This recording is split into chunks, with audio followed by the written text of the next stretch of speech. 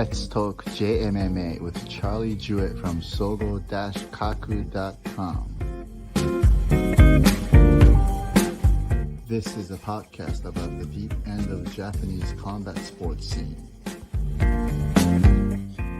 I'm your host, Shu Hirata from On the Road Management. Now, let's begin. Good morning, Charlie. Good morning, Shu. We're in the same time zone. Yes, and we're both in Japan. That's pretty rare. I should have gone to some karaoke box with you to do this on live there. But I've been pretty busy. So let's dive into the topic, which is Super RIZIN 2. Yes. Now, I have a question about this show. Mm-hmm.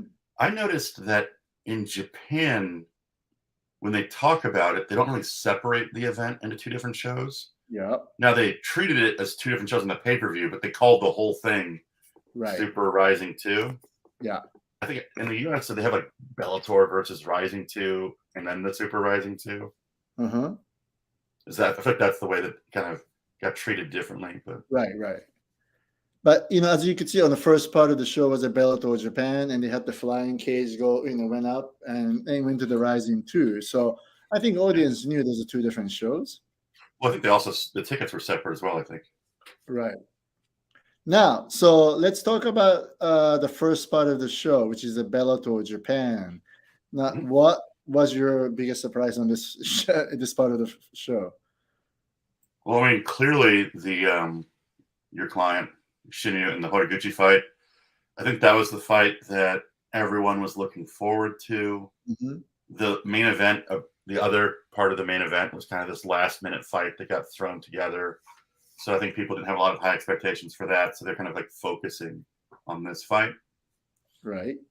Mm-hmm. And then, because you think. But and then it ended so weirdly because I think probably on the first combination thrown by Horiguchi in the fight, mm-hmm. he poked Shinya in the eye. Right. And it was over. And you could just feel like the air and the enthusiasm just get sucked out of the arena. Oh, I know. And I mean, I think just to clarify here that a lot of fans thinks that when the referee asks fighter in that situation, they never ask like, do you want to fight or not? Because if you ask fighter if you want to fight, 99.99% will say yes. They will always ask you a question. In that situation, the Jason, who was a referee, was asking, can you see it clearly, fully?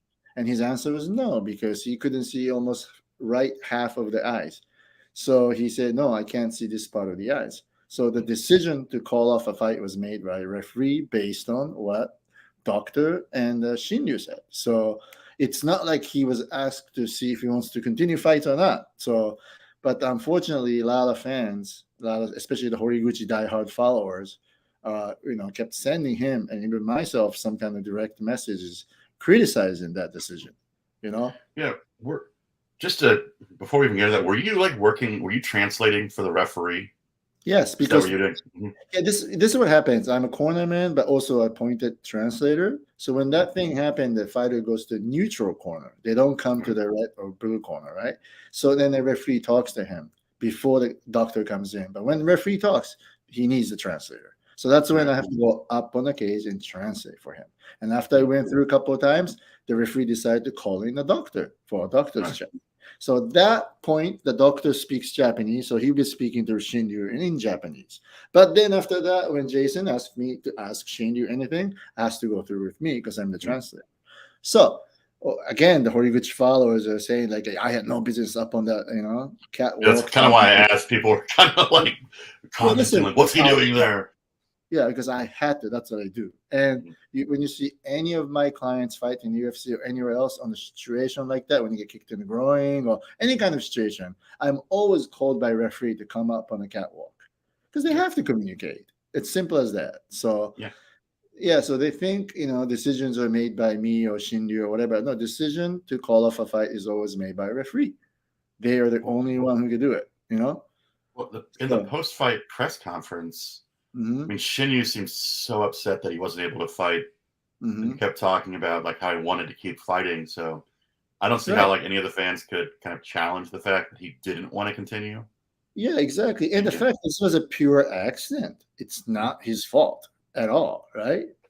So That and was and I think you did mention that somebody did the research on statistic on yeah. the guys who continue to fight after the eye poke. Yeah, I don't remember the numbers. I just remember reading an article. I think it was after it was a long time ago. It was Hmm. probably after the Matt Mitrione Travis Brown fight, Hmm. where they talked about how it's probably in your best interest if you actually can't see out of your eye to not continue, Right. because typically you're going to lose the fight. Yeah. So what's the point, right? So I mean, I know it's very This unfortunate. situation's so weird because he got poked in the eye like 20, 30 seconds into the first round, Mhm. if that.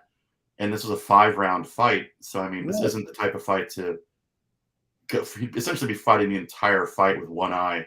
With an opponent as dangerous as Horiguchi, that's just not a wise It makes no decision. sense, and almost Yeah. it's like a betraying to the fans because you're really not fighting under the 100% condition, right? I mean, Yeah, of it's kind of course. like when Pacquiao came out and said he fought Mayweather with the injured shoulder. Hmm. It's like, why would you do that? People wanted to see a healthy Pacquiao fight a healthy Mayweather. Exactly. So, and Yeah. obviously, in a situation like that, it's a sport. It's not a pro wrestling. But I Yeah. think many fans coming from the pro wrestling background thinking, "Oh, this is when you have to say, oh, I'll fight it," and overcomes. Come on, Well, then you also get like that weird Japanese spirit of like they respect it when you like gaman, when you like bear with it, when you like fight Yes, through adversity. endurance. Yeah, there's even TV variety show called Endurance Yeah. during the 80s. But that shouldn't be the case. Like you shouldn't have to fight a guy with one eye. Like, that shouldn't No, be the no, case. that's ridiculous, right? Plus, Horiguchi's not upset. Horiguchi knew it was an accident. Horiguchi Yeah, knows what exactly. it's like to fight with a poked Right, eye, so he didn't force anything. right. And I'll give you the update. Shinyu went to the hospital after that fight, and we thought the doctor thought there was a damage on his cornea, but ended up being no damages. That's So good. he will heal naturally, and he'll be okay in a couple of weeks. But Yes. obviously, he was not in the condition to fight that night. Well, because even my wife noticed that like there's almost immediately like swelling going on in the eye. Yes, left Yeah. like half of his eye was totally red. Yeah. Mhm. And when he went back to the medical check room, a post-fight medical check room, that's when he finally started seeing a little bit. You know what I mean? Right. Mhm. And by the way, a lot of fans think that was not the dressing room, so they think that to both of them are in the same dressing room. That never happens.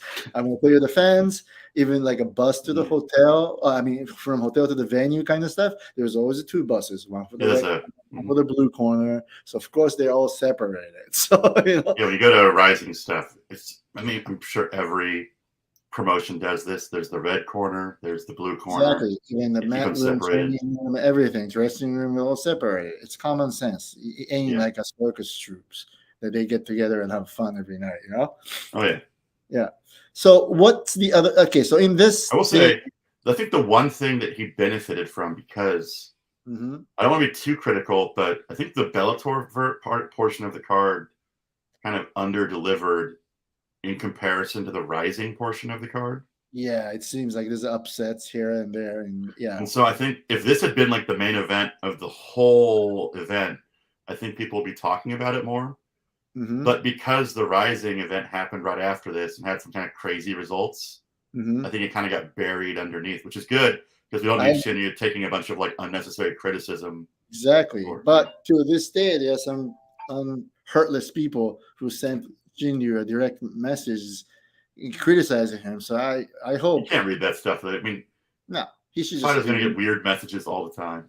right, or comments on the Yeah. Twitter, whatever that is. But I don't think it's that much. But it's not. It's mentally disturbing Shinju. So if they could stop Yeah. it, that'd be great. Yeah. Now, besides this fight, I guess we really have to talk about the big upset of main event, and also main event wasn't upset, but let's talk about this Patricio Pitbull against Chihiro Suzuki. This was, I don't even know where to start because, in my opinion, Chihiro Suzuki was brought into Rising as kind of like the side piece of the Yes, potential lady right. who also brought in Yushi. So she brought in like a host and she brought in like this pretty boy kickboxer. Exactly, right. And Shigeru Suzuki, I feel like a lot of times was brought in to lose, Mm-hmm. and he just keeps winning Yeah. like these crazy situations. I always pointed out from the beginning, he had the pancreas MMA experience and went to the Right. kick and came back. So that, that's actually, he's pretty experienced. So Mhm. let's not underestimate this guy. I've seen that from the day one. And, Yeah. he fought one of our clients, Ren Hiramoto. And of course, everybody knows the results. So this guy is not, you can't underestimate this guy.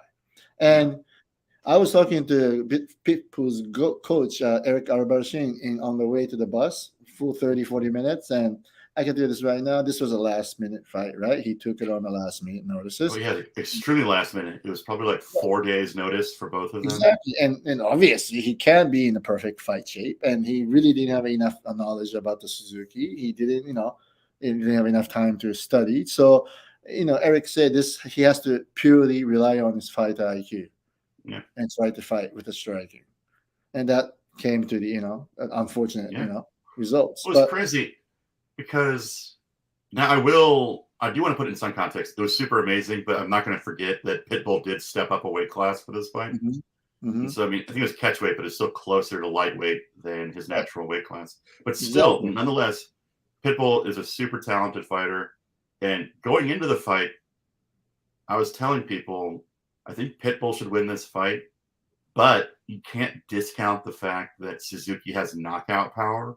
Exactly, right. And if you have knockout power, you can beat anybody.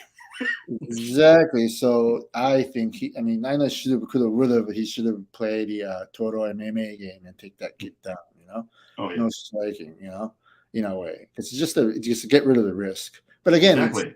Talk about it now, Hindsight's 2020. But I thought it'd be interesting because Suzuki afterwards, and you could tell in the fight, he kind of had this mindset of like, to beat Pitbull, I'm going to have to knock him out. Right. And to knock him out, I need to risk getting knocked out myself because exactly. he was off balance. He was throwing full power punches and just hoping they landed. I'm sure he wasn't willing to go 3 rounds. He probably, maybe didn't have cardio. 4 days notice. I think he made exactly. And I was just kind of curious if that Suzuki had fought Koike. I think it might have been a different fight. Right. But again, Koike is clever enough, obviously, right? So he won't take that game plan, I think. Well, your client, Sasaki, hit him really well. Oh, I know. Right. Koike is hittable, which is why I was kind of curious what a more aggressive Suzuki would do. Mm-hmm. Well, now I can reveal this now that Suzuki is actually supposed to fight Uruka. But on the last minute, Suzuki went. Yeah. So we've been waiting for this fight to happen, and they canceled in the last minute. So I kept saying that what's going to happen. And, everybody thought that he was going to lose to Pitbull. So I was hoping Iruka can fight Chihiro in upcoming either September or October show. But now Chihiro won. So that's out of the question now. So I'm happy for Chihiro, but I'm, I have to do something for Iruka is the situation, In the lead up to this fight, I kind of have to tip my hat to Japanese Twitter. Mm-hmm. They figured out everything almost immediately. They noticed that Satoshi got pulled from a RIZIN live chat. Yeah. And they were like, oh, interesting. Then they saw that AJ McKee hadn't left the US yet. And they were like, oh, interesting. And then they saw footage of Patricky Pitbull training. Mm-hmm. And they noticed that Patricio was also training in the background. Right. And they were like, oh, they predicted like every fight that was going to happen ahead of time. So RIZIN needs to do a better job. Social media will give you so many. I mean, you can solve crime through the social medias, right? Exactly. What the heck, right? I mean, but before we move on, you mentioned Sasaki. So do you have is there anything going on with him that we should keep our eye out for, or? Oh God, this show's on September 24th, and there's another on October 1st, and there's one in November, right? In outside Japan, Azerbaijan. So yeah, right now I have a couple of fights confirmed for September 24th, and I can do this right now. I like to try to get Luka a fight, but it's in negotiation. It's really hard, September 24th, that's the Saitama Super Arena show, right? Right, and October 1st is Nagoya, Yes. So November 4th is Azerbaijan. Yeah, members of Azerbaijan. I'm hearing that maybe five Japanese fighters will fight. So I'm trying to get that spot. Very We'll nice. see. We'll see. Right. Now, so let's talk about the main event, which is like all the Japanese fans are talking about. Haha. Keramov versus Mikuru Asakura. Um, Keramov trained in Kyokoi Fight Club, where Sato, Kinoshita, and Aoki is now training. So I talk to all of them. I get information, especially from Sato, because I communicate with Sato like almost every day. And Keramov is good, but it's not like his wrestling is top notch. So it's not like he's a real dominating force in that gym. I always like to remind myself of that because RIZIN has been kind of putting him in these mismatches. Mm-hmm. But you have to remember the Saito fight to kind of Right. like put it in perspective. Right. So, like Keramov was, Saito won that fight, right? But the Keramov was criticized for doing a lot of so-called illegal moves. Well, and not just that, but I just meant that in general, because they put Karamov against the guy from Pancreas, Nakajima? Nakajima, right? Yeah. But Nakajima was like up a weight class Uh-huh. and just got destroyed. And then Right. based off this performance, Karamov Right. looks like a wrestling god. And I have to no, he's just like he's good, but I don't think he's as good as No, he's Musa not the is. wrestling god, but he's a good fighter, and Yeah. obviously, and even that taking down on against Mikuru, that he went for the single leg, but he didn't really follow through first, expecting Mikuru to defend, right? Right. Then held on to that leg and threw punches and took him down. So he was pretty good, very smart on how he did it. He big brothered Mikuru. I mean, Mikuru was never in the fight. Nope. Once he got him down, he moved to full mount immediately. And what's really surprising was Mikuru's comment after that fight. He said that he thought it was only single leg was caught, so he thought that he could never nail the rear naked choke. But I've seen so many fighter or BJJ guys who has nailed a rear naked choke from that position. So, and the fact that he didn't know that's possible, so I think he really needed to, That's a weird comment because I've seen a good BJJ guy can get a rear naked choke without even going under your chin. You can get it from the side, almost any position. So exactly. So it was a dangerous position. And he tapped it pretty quick. Yeah. And what really annoyed me was his comment about tapping. He said that these days the public has this perceptions of not tapping is not good. Therefore, I decide to tap. I will say that's such a weird thing to say. It is weird. He also said something to the effect of that this was kind of a devastating loss to him because he'd never been beaten this completely before. Mm-hmm. And he wasn't able to do anything in the fight. Nothing. And this is like the first time, I think he said this is the first time he's never been able to do anything. And he lost this, just was like a flawless victory kind of thing to Karamov. Here's what it is. I mean, you understand he has never won any title in Japan, meaning he is the Shooto, Pancras, or Deep champion. So he's like probably notch below that, right? And that's the level he belongs to. Most people that are fans are willing to, most people that are fans of MMA acknowledge that of the two brothers, Kai is the better fighter. Right. And, but you'd be surprised.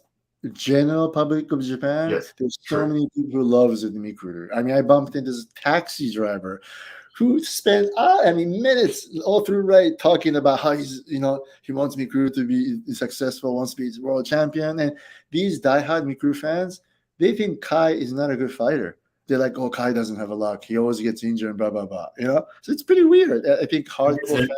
You know why he gets injured? He gets injured because he's actually training. Yeah, that's true. Exactly. That's part of the reason too. I mean, you cannot. This is sports. If Mikuru obviously said that he only trained once a day or something like that, right? And he has an afternoon time for the YouTube, whatever.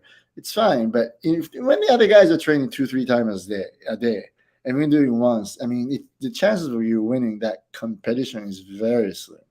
Well, it's also really weird that he flew out the Pitbull brothers to train with him as training brothers for this. Now, let me ask you this: is this really true? Because if it's true, it's stupid. Because the Pitbull's style is nothing like Karamov. Why would you bring them out as your sparring part? I think RIZIN brought them out and he just offered them a spot to train at, kind of Right. situation. Exactly. And I think Bellator or RIZIN had to pay for a fighter and 2 cornermen because that's a title fight clause. So that's three. That's 6. So I think in terms of flights were taken care by a Bellator or RIZIN. Yeah. Now, I think lodging as well, because only the fight week, yes, they were taken care of. So off the fight weeks, like a week before, maybe Mikuru pay for their lodging and food. But it doesn't mean he financed everybody to come here. I don't think so. I really don't think so. Well, I think if he did that, he would have paid for a different fighter. I think they were there for the RIZIN show, and Mikuru offered them a place to train, and that's kind of what went down. So, yeah. So I think some of the coaches or maybe training partners were paid to come or whatever, but not the entire crew. I don't think so. Which I don't really care, so I'm not going to even bother asking Eric about it. But I knew they were staying 2 weeks, because Eric has contacted me about a month before the fight, and he was looking for opportunity to do seminars in Japan. It's also beneficial to the Pitbull brothers to train with Mikuru and get on his YouTube channel, because I mean, one of them is now. I think at least one of them hopes to fight for a RIZIN title one day. And they want to they kind of want to copy Juan Archuleta and get copy in the Japanese popular in the Japanese crowd. One way you can do that is by being in YouTube videos with Mikuru. Right. So it makes sense, right? It makes So let's hope. I'm pretty sure Mikuru won't retire after this. No, he won't retire, because he'll come back. You mentioned something on a past episode that I think is worth re-mentioning. And it's that, like, you're talking about how Japanese people, they like imperfect idols. They like people that are works in progress, that are still trying. And at the end of the day, I don't think they really care if Mikuru wins. Yeah. As long as he's there. When I left the arena, it was pretty late. So I stopped at the McDonald's nearby. And I think 70% of the people inside of the McDonald's are wearing Mikuru t-shirts, and outside the venue, everybody was wearing Mikuru t-shirts. I went to go look at the merchandise booth during the intermission. All the Mikuru stuff was sold out. I mean, he's clearly the biggest. I mean, now that Tenshin's gone, Mikuru's clearly the biggest star in RIZIN. I even looked at the Google Trends and put it in an article. Mikuru was trending higher than RIZIN. He had like twice the searches over RIZIN. So, I've said this on like other podcasts and my show with Mr. Jan Saito and stuff, but I always hope, Mikuru and Kai is the 2 rare case, and they could probably finance an entire team to come here and do a fight camp in Japan. So it's like my favorite rock singer, Yazawa, booking Doobie Brothers and all these guys to do touring in Japan. Same kind of thing. They should just do that. It will make him more of a star, right? It's like a different kind of star, and this is the kind of approach. But I agree, because Mikuru tries to like put up that image of being like this super rich. He drives around Ferraris. What's more rich than kind of like flying out your own private team and doing your own Big Bear-esque camp with a bunch of like killers? Well, I mean, like Yazawa drives Ferrari, he books Doobie Brothers, everything, like do all the. He should do the same thing, And I think if he's smart enough, he should be able to negotiate that to let RIZIN pay for that. You know what I mean? Kind of stuff. And they make a couple YouTube stuff, whatever that is. Like, there has to be a way to raise the money for that. Now that Sakakibara is also kind of like obsessed with becoming an influencer himself, I feel like you kind of like lean into that angle. So exactly right. So there's so many things they can work on. So I hope they'll do that. Because it seems like he has too many commitments in Japan. So it's probably very difficult to be outside Japan for a long period of time. So why not, right? So we have a comment. One of the guys wants to know: is it time for Mikuru versus Ren? I can't comment on that, but I don't think so, because this is not the time we should do this, because Mikuru just lost. What's the point? We got to get him back to the winning track. Yeah. So I think that should be the way to do it. And then right now, I don't think Mikuru can take that fight. If there's a Mikuru Ren fight, you want to build up to it, because that's going to be a huge fight. Right. And Ren is now currently in Egypt for some reason. I saw that. I saw a picture of him by the pyramids or something. But soon I should be able to announce where he's going to be doing the fight camp and all kinds of stuff, and I think Oh, that's very going to cool. surprise many fans. So it's, please look forward to it. And So, so but I think we should also mention just before the Super Rising portion is over, there mhm. was kind of a crazy backstage brawl between Clever Koike and one of the Pitbull Yeah, I brothers. wasn't there because Shinyu's fights were done, and I had to deal with. Yeah, So like, I don't know what happened. They just got it into was fights. weird.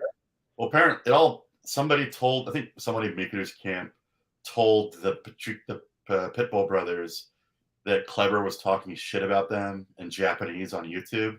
Oh, really? And then they saw Clever was ringside because Rising wanted him ringside for the Chiquito Mm-hmm. Suzuki fight. Mm-hmm. And he kind of like jumped up when Chiquito knocked out the Pitbull brother. So they freaked out because they thought he was like rooting against them. And it kind of led to this whole interaction where they started shoving each other ringside. And then Satoshi brought Clever to apologize in the locker room, but Clever ended up kicking the guy in the chest. So I think the Pitbull Team Bonsai rivalry could be fun.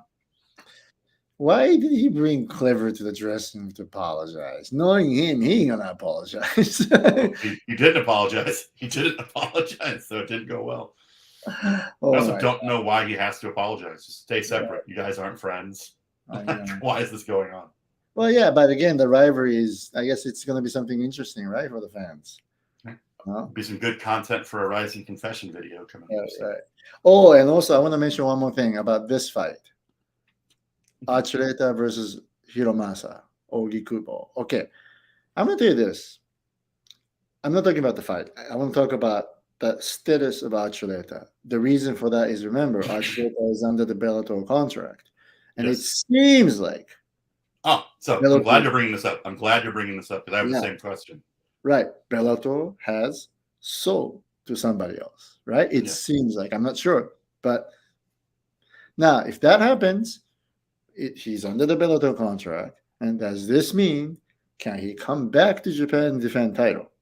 Right? Because I was very curious because during the press conference, he was saying, oh, I'm the Rising champion now. I'm going to be fighting in Rising now.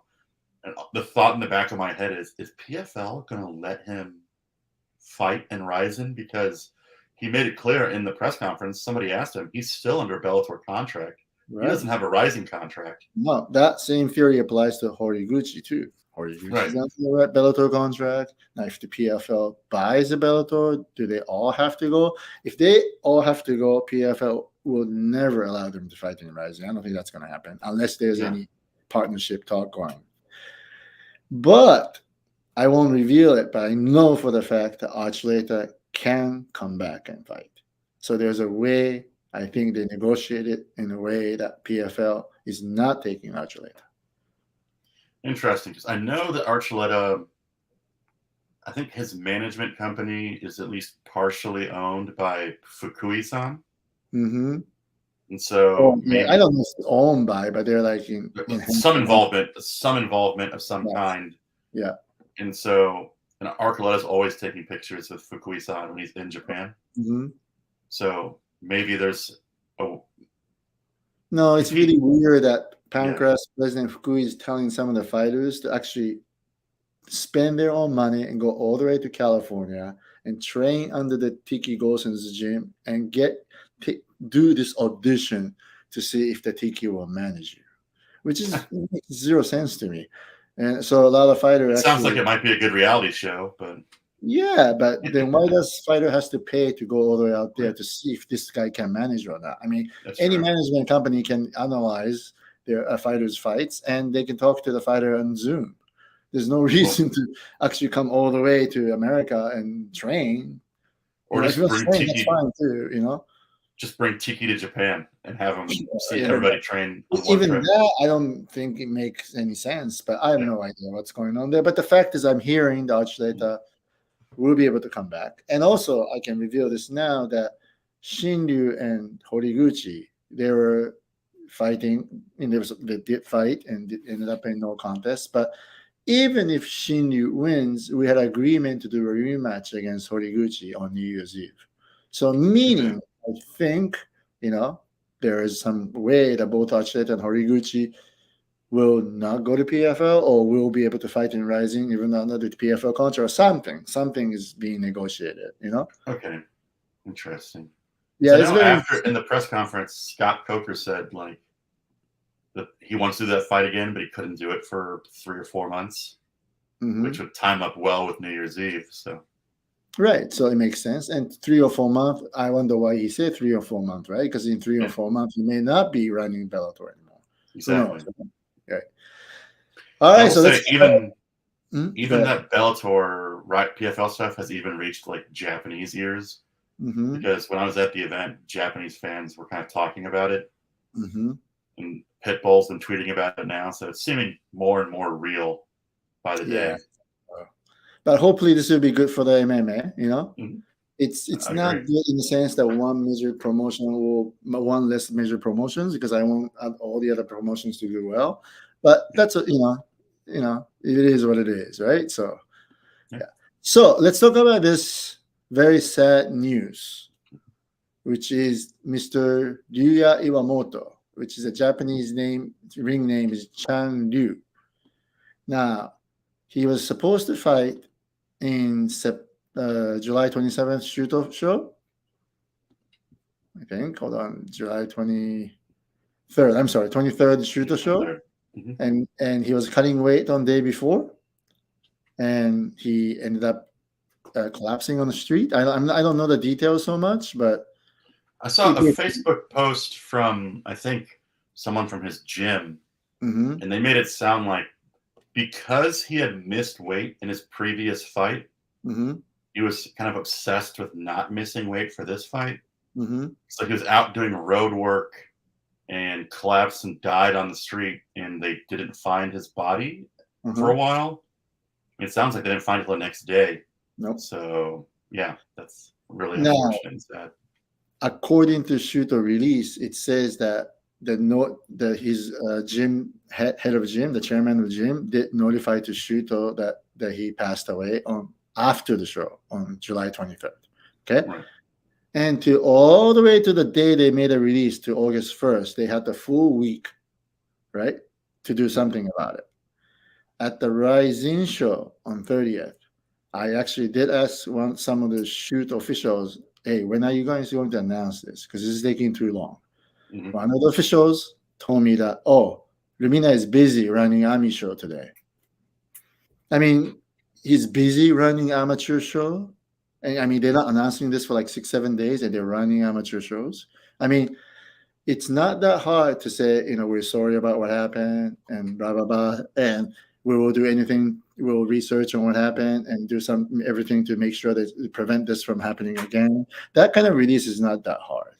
If they do that, if a fighter dies, that should probably become the top priority. It is top priority, not that running amateur shows on 6 one of your 60 amateur shows a year. Exactly. Plus, they don't need to be. Those things will probably run themselves at this point. Now, it's sad that this happened, but it sounds like it's very similar to what happened to One Championship, right? When unfortunate incident happened. All right. We feel sorry for the family, all kinds of stuff. And on this Shooto release, they kept saying, please do not write anything on social media. Please do not write any articles. Just please leave them alone and make it quiet. That's all they emphasized on. Never mentioned the fact that they would do any researches or evaluations on different, perceptions to make sure to prevent this from not happening again. They are not willing to do any of it, obviously, because they're not announcing. So they basically told me to don't write, don't even mention anything about it. He passed away. I mean, that is very heartless, I think. So I did point it out on Twitter that, you really need to evaluate this from different perceptions. There has to be a lot of different causes of this. And I think one of that causes is that penalty clause they enforce on Shooto fighters. Now, after I pointed out, almost 1 million people saw my Twitter and, over 1,000 likes and stuff like that. And a lot of people posted like a copy of a contract and all kinds of proof. Now, I can tell this clearly. In Shooto, there are clauses in the contract says if you're half pound, I'm half kilo over or 1 kilo over, you get this kind of penalty and that kind of penalty, which is fine. It happens in all the contract.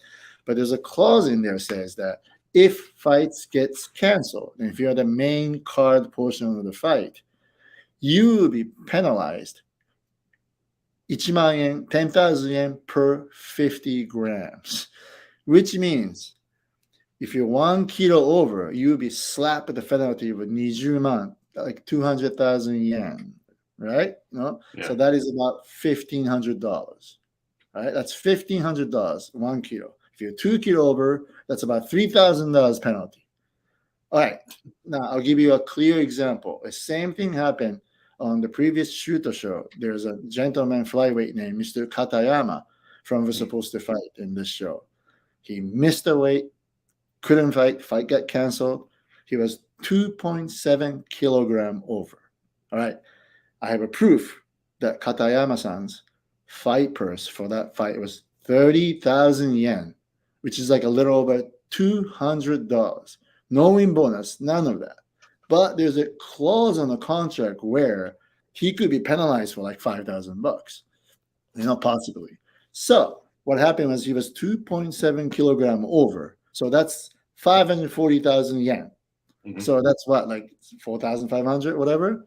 So he was penalized for 4,500. Now, what really amazes me is this. His opponent got a full purse. Of course, he made a weight. I'm okay about that. So that should be good enough, right? But on top of that, he's had the right to collect this $4,500. Now, when you have a contract to work for anybody for $200-300, and you have a possibility to get penalized for $3,000-5,000, is that a legit contract? Well, it seems dangerous. Very dangerous. Because it's involving the health of the fighters. And I know that when we were speaking before, I said this is not sports or athletics at all, but it kind of reminded me of the Domino's pizza case. Yes. Back in if you guys remember, I don't know if you remember this, but I'm old enough to remember that Domino's used to be like the biggest pizza chain in the United States because they kind of were the first people to really master the delivery. And it was all built on this 30 minutes or it's free. Right. And then what they found out was delivery drivers were dying because it turns out the pizzas weren't free. The delivery drivers were paying for them if they didn't make it on time. So then you have these delivery drivers driving insane because they don't want to pay for the pizza.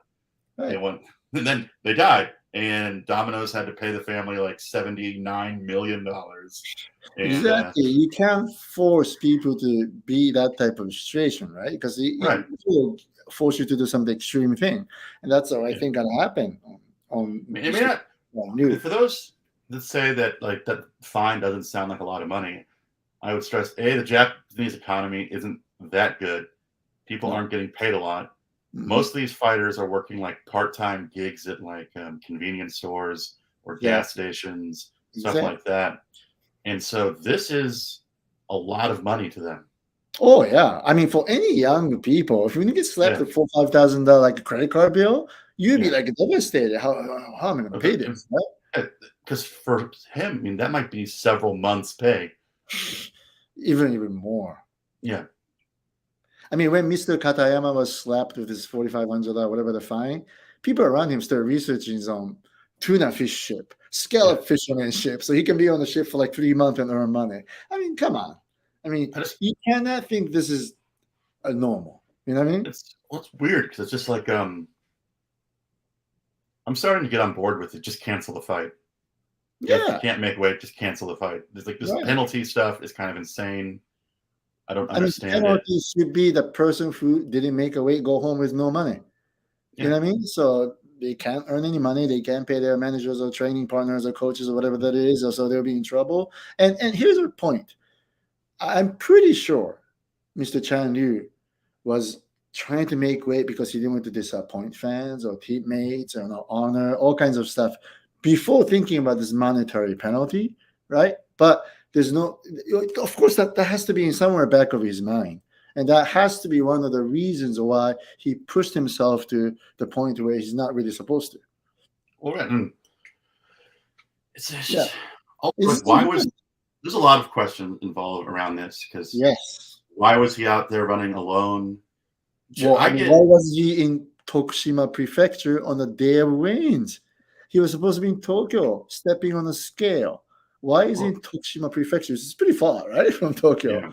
running in this high heat, supposedly maybe wearing sauna suits, whatever. I mean, Well, I have this. If I open my phone screen, mhm. it has a message on it that says like heat advisory, like dump, like heat stroke and all that stuff. Right, So it has been over 30 degrees almost every day for weeks now in Japan. right. So we're talking like 90s with the humidity. It is so hot outside every day. I cannot even imagine why he was out doing road work like that. Right, and on top of that, the fact that he was doing road work by himself. I mean, there's Right. nobody else with him for the weight cut. I mean, that has to be dangerous. So, like, this question has to be asked to his coaches and his team. I You think. know, Do I you think mean, they're telling the truth? Do you think he died maybe the day before, and they're I just I have no idea. There's no way for me to find out. And Mhm. but exactly, this is why I think Shooto should take initiative to do a little bit more research about it.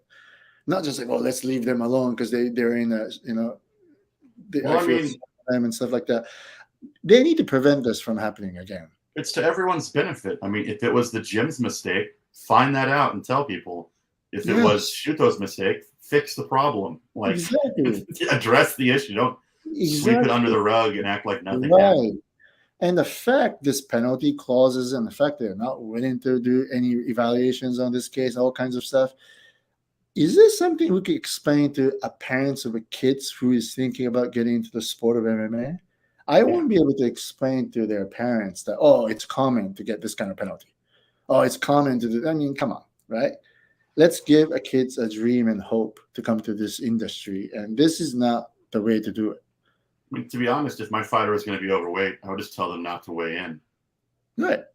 You just Just apologize, take the heat, yeah, just go don't weigh in. home. Yeah. Right. I mean, the fact is this: here's the good coaches know already. I'll tell you this: there's one opening on Road to the UFC on August 27th for the lightweight, Yeah. and I had this one fighter ready to go. Sean Sherpa's ready to take it. He wants Mhm. to do it, but his coach stepped in and said, "Shoot, he's not going to make a weight. So not this time. I don't care if it's UFC or that. There's always the next time. I want to send him in a proper condition." I Right. respect coach all the way. So if you're a coach and looking at the fighter every day, you should know if that kid can make a weight or not weight, or No, you probably know a week before. it's I funny mean, that you mentioned this because I interviewed Mizuki for I already released part one of the article. I'm going to release part two a little closer to her fight. mm-hmm, And I asked her what the biggest difference in training in Japan and the US is. mm-hmm. And she said the biggest difference is in Japan, you don't have a head coach. Yeah, And exactly. There's no head coach. she said when she trains in the US, her head coach sees her training every day. He Mm-hmm, knows what she's doing. mm-hmm. And this is what she told me. She said he knows her physical condition. He's like, she's worked too hard recently, give her an easier day. Or she's not working Yeah, hard enough, give her a hard day. He exactly. knows all the issues going on with her. He's like essentially the Mizuki expert. He knows all about her physical Yeah, condition, her mental that's what the condition. Ray Longo was, and he was one of Exactly. That's what she the said, Ray. basic. And she Right. said that doesn't exist in Japan. In Japan, you go to a gym, there's coaches that you can teach you techniques, but they aren't paying attention to you. They don't know what your physical condition is like. They don't know what you need. Right. So kind of interesting that you brought that up. Yeah, I mean, they know the technique, how to teach technique too, but many of them knows how to teach striking technique only, but not Yeah. with MMA, wrestling technique only, but not with MMA. You know what I mean? It's like there's nobody there that can fill that gap. I mean, not I Yeah. wouldn't say nobody. There are some coaches who could do it, but the coaches can do it, but not by Right. fighter themselves. And so Mm-hmm. it's really hard to be a player manager from you when you're like 22 years old. There's Yeah. no way that you're going to win athletic competition in that kind of training No, environment. you need an older guy that's done this countless times Exactly. to tell Right. you what to do. And Exactly. maybe if he had a coach, the coach could have just been like I don't know, a situation. But it sounds like what Mizuki was saying was Ray Longo just would have been like, you're not going to make weight. Right. This fight's impossible. Right. you're going to kill yourself kind of Right. situation. Or let's just not ready for this, so let's pass Yeah. on this fight. And that's what they did for this case. I mean, it is one of the very handful of MMA coaches I respect here, and that's one of the coaches who made that decision. So I'm like, Yeah. okay, fine. I'm not going to push you it. And if he's not going to be ready, don't, right? Because the chance will come around again, you know? So I explained that honesty to Sean, and everything's good, you know? This also reminds me of something. Do you remember on The Ultimate Fighter when Ronda Rousey said making weight was like a mental thing? Yeah, in a way, because you can always plan, because you know 2 months ahead of time the day you're going to step in. She made it seem like you can just sit in a sauna forever. And like sometimes there's like this attitude in MMA that, oh, you're just mentally weak. If you just run harder or sit in the sauna longer, you can make weight. You'll be fine. And Shooto should do some research, find out what actually happened, and then maybe have a little seminar, because they do so many amateur tournaments. Exactly. Maybe they could tell young fighters, like, don't do this. This isn't what you should do. Proper way of weight cutting. You know, because it's so funny is when criticized about Twitter, some of the fans says that, oh, so are you criticizing weight systems? Are you denying the weight system? There's nothing to do with weight system. There's a way to do it properly, you know? I did notice you were getting a lot of flack from people that were saying, Shooto just Shusan just looks for any reason to criticize Shooto. He never criticizes RIZIN or Deep. Right. Probably what happened with the Yamato Nishikawa, right? But I think it was on the record, I always pointed out the problem in Shooto from the days of Darren Uenoyama. So someday I'll reveal that. So it's been over like almost 15 years. And about this penalty clause on the contract, I have been saying that this will cause some accident in the future for quite a time now already. And it happened. And you can't do, I mean, and for the fact that Shooto is not willing to analyze what happened, what are you going to let his family to do or his girlfriend to do it? That's so irresponsible, you know? I hate to be extreme, but it's at the point where if I was the lawyer in this case, I'd be honestly questioning, do you value money over someone's life? Exactly, right. Like, are you putting people's lives at unnecessary risk just to make a couple $1,000? Like, what's the deal here? Right. And the fact some of the fans are saying that, you know, oh, shoot, did you even send them a flower and stuff like I don't even know that person. It would be rude for me to send a flower. You're in no position to do that. That'd be weird. No, that'd be weird. And on top of that, I will have to repeat this. They knew he died 6-7 days before, but they went and did the Shooto show and never mentioned nothing about that. If I was a Shooto person, I would have done the release immediately. And I would do that 10-count gong at the amateur Shooto show and recognizing what happened, say sorry, whatever, you know. I would have done it on the very beginning of the show.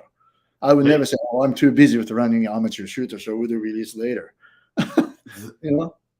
I don't know, but I mean, my guess would be they knew about it almost immediately. Oh, yeah. I mean, on the release, they recognized the fact that they knew it after the 23rd show. So if I was them, the Shooto show would have gone on as usual.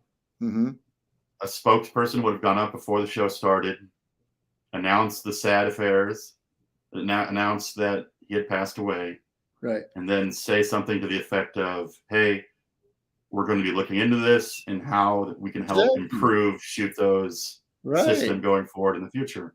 Right. And Mr. Babalu Jack too pointed out, I'm amazed Shooto still has fans to defend it. Hey, listen, not only the fans, what annoys me was there are a lot of coaches who defends that runs the gym. Well, that's another factor. We talked a lot about the fine. There's so much behind the stage stuff, behind the scenes stuff that goes on, where there had to have been pressure for this fighter to think, I missed weight in my last fight. If I miss weight again, Shooto might not give me another fight. Exactly. Oh, who cares? They can go fight somewhere else. I know, but I'm just saying, like, that kind of threat, I feel like, exists. That too, right? On top on the of Japanese the scene. penalty. Exactly. There's so much pressures, right, going on. It's really sad. And I'm going to mention this at the end. Copy the name of the person on that release, which is the chairman of Shooto. Copy that. Put it on the Yahoo Japan and research it and check his profile and tell me that person is suitable to be this industry. I've always wanted to point this out since 2018 or 19, whatever, when he became a chairman. I'm telling you, please check. And that's really gives you another perception towards that promotion. Now, I would say this on the record. I want all the promotion to do well. So I'm not looking any promotion to fail or bankrupt any of that. I want them to do well and to be successful, right? Run the show healthy under the real safety guidelines and earn money so they can pay fighter a little bit better than $200. So Well, that's all to it, you know? maybe this could be a fun contest for the listeners. Just Mhm. get the chairman of each of the Japanese promotions, copy and paste their Japanese name and put it into Google, Mhm. and maybe some of them have some interesting results. Yeah, exactly. I'm telling you. I mean, let's really look at it, right? I mean, you need to do that because we need to clean this sports in a way that it will provide a dream to the kids. Mhm. And otherwise, we will have no future. I mean, Yeah. Well, I'm glad you brought kids because such a big part of Shooto's image mm-hmm, is like amateur Shooto, mm-hmm, and they have like a lot of super young competitors, mm-hmm. and so I think they kind of have an obligation to do things right. Exactly. I've been pointing this to the amateur shooter people. If they run amateur shows, they involve the kids, they have a responsibility and obligations to the I public. mean, they have Period. like 4 and 5 year olds doing amateur Shooto. I mean, they have Exactly. really young kids out there. Right. So let's really look at it. I mean, this is a good time to make this industry better. And I'm not, I mean, please don't tell me that I'm using somebody's death to criticize promotion. No, I am thinking that we should make things better. Mhm. That's all. It's simple as that, So, oh God, it says, it seems like even the death of a fighter won't change Shuto's ways. At this point, what would need to be done for proper change besides posting CS? Well, I mean, first of all, they really should create the weighting rules, right? Obviously. Maybe they Yeah. should check the weight. I mean, I'm sure they do, but for example, like commissions of Atlanta Athletic Commissions, they ask all the fighters to do the video shoot of themselves on a one shot and step on the scale, show the scale, and turn it into the commission. Like I think it was 3 weeks before the fight, kind of stuff. They should start doing that, and also they should make the rules like you are not allowed to do weight cut alone. You know what I mean? Yeah. Have to do it with somebody else. And everybody who's weighed in should be in Tokyo on their weigh-ins. You know what I mean? Well, it's Not also all the way far out in Tokushima. Shooto has such like a crazy network built up just by how long they've been around. Mm-hmm. It would be relatively easy for them, I would think, to I implement think a new so. weigh-in structure. Right. There's so many volunteers and people that love and help out Shooto. Exactly. So why Yeah. don't you take this as the I hate to use the word opportunity, but as a Yeah. chance to make an organization better. You know what I Right. mean? My intentions of criticize what's going on is not to asking them to like hoping them to fail. I want them Right. to do better. You know what I Mhm. mean? And Yeah. this is the way that they should be doing it. So anyway, so at the end, let's talk about this K1 reboot because this is something that we have to talk about. That I mean, is this making a big wave in Japan? I think the announcement that there was going to be an announcement made bigger waves, Mm. and the actual announcement itself seemed kind of underwhelming. Mm-hmm. But yeah, because they kind of announced that K1. Let me clarify: is K1 owned by the people that own Abima? No, here's what's happening. K1 itself, the rights were owned by Mr. Mike Kim in Korea, which is a successful businessman, and M1 Media, which is the part of Against Sports and stuff like they had the licensing rights to operate the K1 only in Japan till Right. recently. But recently, M1 Media acquired the rights to run a K1 event in the entire world. So they changed that, I think, status of licensee. So they are now can go step into the shows in anywhere in the world. So I think Yeah. that they're just trying to get back into the old days when they had the World Grand Prix. You remember they had some Grand Prix, U.S. Grand Prix in Vegas, U.S. Grand Prix in Holland, kind of stuff. I think that's what they're trying to do. Yeah, they announced they have a new CEO now. Right, the new And CEO is the guy who used to sell K1 videos rights in Sony and stuff like that. And so, those legit businessmen. So let's see what's going to happen. But and what's the reactions of the Japanese fans? the reaction I noticed that's kind of funny was that one of the big reactions was that, one of the big announcements was that K1 and Quintet are going to be kind of doing shows the same day. Yeah. And it kind of surprised Japanese fans because Japanese K1 fans really aren't into grappling. Mm-hmm. And there's kind of like, this is a combination that nobody wanted. Why is a grappling tournament being added on to the K1 show? Well, I'll tell you this, because the person who is running the show behind it is one of the guys who's running the show is Mr. Yanagisawa, who used to write Hustle, like pro wrestling shows. Okay. And he basically manages Sakuraba. Mm-hmm. So it kind of makes sense for him to join Quintet into K1. So maybe that's one of the reasons the deals that he did with the K1, you know. So if he's doing this, then I'm going to bring in Quintet. So blah, blah, blah.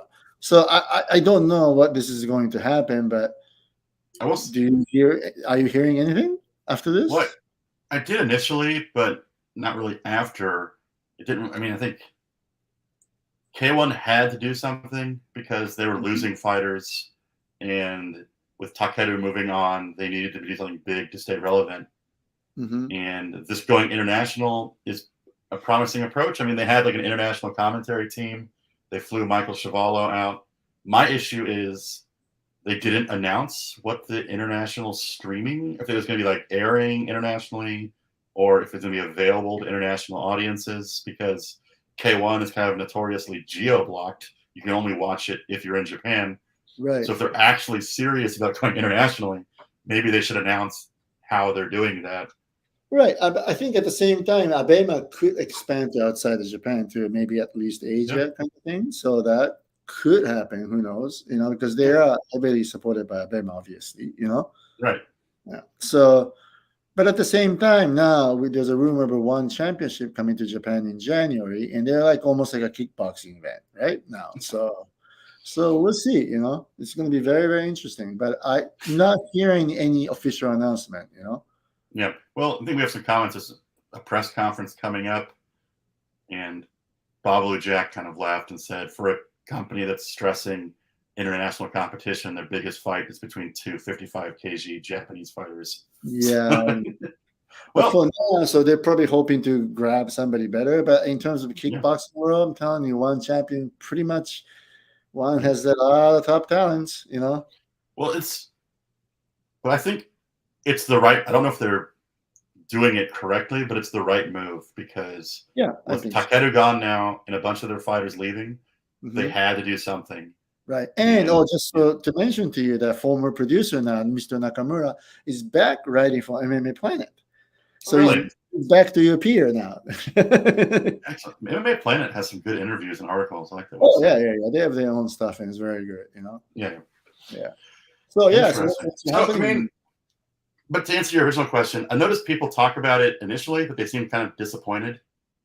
I think they were just kind of surprised about the Quintet announcement with it. Yeah, I think so too. They're surprised, and it's probably kind of hard to swallow from fans' point of view. Today's young fans who's used to watch those, you know, K1 kickboxing fights only, now it's all of a sudden Sakuraba and Maeda, which is they don't even know probably, right? Most of the young people and Quintet and stuff like that. So they're kind of a victim of their own propaganda because they made it sound like they're going to have this giant announcement, which made people think like, oh my God, Heroes is back. K1's getting back into MMA.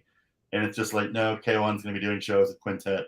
Right. And we're going international.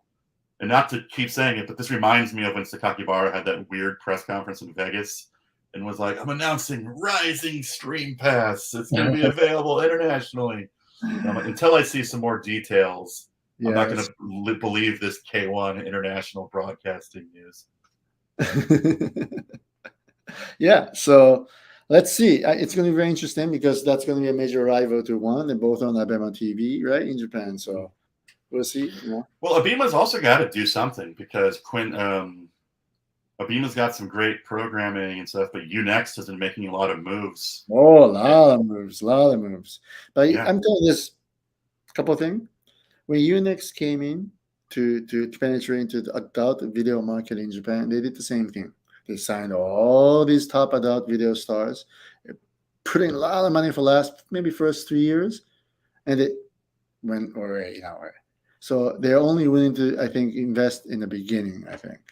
I'll plead the fifth. I don't know anything about the Japanese AV market. So. And also, I'm telling this, one of the guys at the Unix told me this because I asked for the numbers, like, hey, so how's UFC numbers are looking? How's, these numbers are looking? Because, like some of the UFC shows, there's no Japanese fighters in it. It's in on 3 a.m. and stuff like that. So numbers are not that good, right? Obviously. But he told me this, oh, we don't care about the numbers because almost 100% of the viewer comes from MMA will go to the adult video.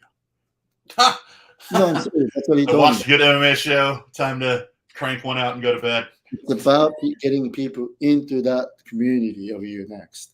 Yeah. It's not about the banging so good numbers in the show. It's a good entry drug. It gets people into the exactly platform. Right, exactly. So that's pretty interesting, right? So it's really interesting, yeah. All right, so that's it for today because I gotta get going. So wait, are you saying you could watch a Poirier fight on Unext and then go watch a Poirier video? I don't know about that. I think that's what it is. Yeah. Yeah. Okay, I'm sorry. Couldn't help myself. Yeah. Anyway, so I guess we'll see you in a couple of weeks. Let's try to do it again. Yeah. Let's do it because September is just packed with some awesome stuff. Yes. Deep vs. Black Combat 2 is going down. Yep. And then we also have the Deep Jewel's 10th anniversary show. And RIZIN. Right? UFC Singapore, end of August, Road to UFC. So, can I mention one thing before I forget? Yeah. And I want kind of your opinion on it. I was talking to my wife and her friends who are pretty big MMA fans, and they watched the Bellator portion of the card, and then they watched the RIZIN portion of the card. Mm-hmm. And afterwards, they went, maybe I'm not an MMA fan. Maybe I just like RIZIN. Makes sense. It's just kind of interesting because I don't think that's necessarily true. I think it's more that they like Japanese produced MMA better. Yeah. Because it's packaged more towards what Japanese audiences like. It's very entertainment focused. So I just thought that was kind of an interesting thing I heard from a bunch of RIZIN fans. Right. I mean, I heard that from the Pride Days to Dream Days. They say, oh, I'm a Dream fan. I'm not sure if I like the MMA. Right. So in kind that of interesting. Sense, actually, if there's a lot of fans like that, it's a good sign for Mr. Sakakibara because even though Mikuru is a big star, a lot of fans likes RIZIN. So even though without Mikuru, they can go through the RIZIN shows. I remember I studied at Waseda for a year, and some of the classes I took were on Japanese culture. Mm-hmm. And the rise of cute culture in Japan. Yep. One of the big moments was when the Emperor came out, and these Japanese girls were like, he's so cute. And people were like, you don't talk about the Emperor that way. But they're like, no, that's how young people talk. Yeah. And it just reminded me of that because now all these girls, because I watched RIZIN with 6 women. All these girls like, oh, Sakakibara is so cute. Look at him on Instagram. He's posting pictures of his food and stuff. And then Sakakibara did a giant book signing at the event, and there's a line of 500 people to take pictures of Sakakibara. So his shift to influencer, he released a book recently. Yeah. So it's kind of interesting to see his shift as well. Yeah. So I wanted to ask you because I was just curious because it seems like Japanese casual fans realize now that maybe they don't like international MMA as much as they like Japanese MMA. Maybe they just like the Japanese product, you know? Mm-hmm. I will say the Japanese, watching a Bellator show and then watching a RIZIN show, the RIZIN show is significantly better produced, in my opinion. Yeah, can't help it. Yeah. Well, I know that Bellator kind of we're not pro wrestling, this is MMA. They're very focused on that. So it's same, yeah. And North America is like that. So yeah. It's too bad, really. I wish because I remember back when the UFC had that Conor McGregor Chad Mendez fight. Right. They had the Sinead corner and stuff, right? Yeah. They made it special, and I kind of wish they did that more. Right. Yeah. Anyway, so sorry to ramble on. Yeah, that's okay. Let's talk again in a couple of weeks. Yeah, let's do it. All right. I will talk to you later. Later. And thank you for listening, everybody. Right? Yeah.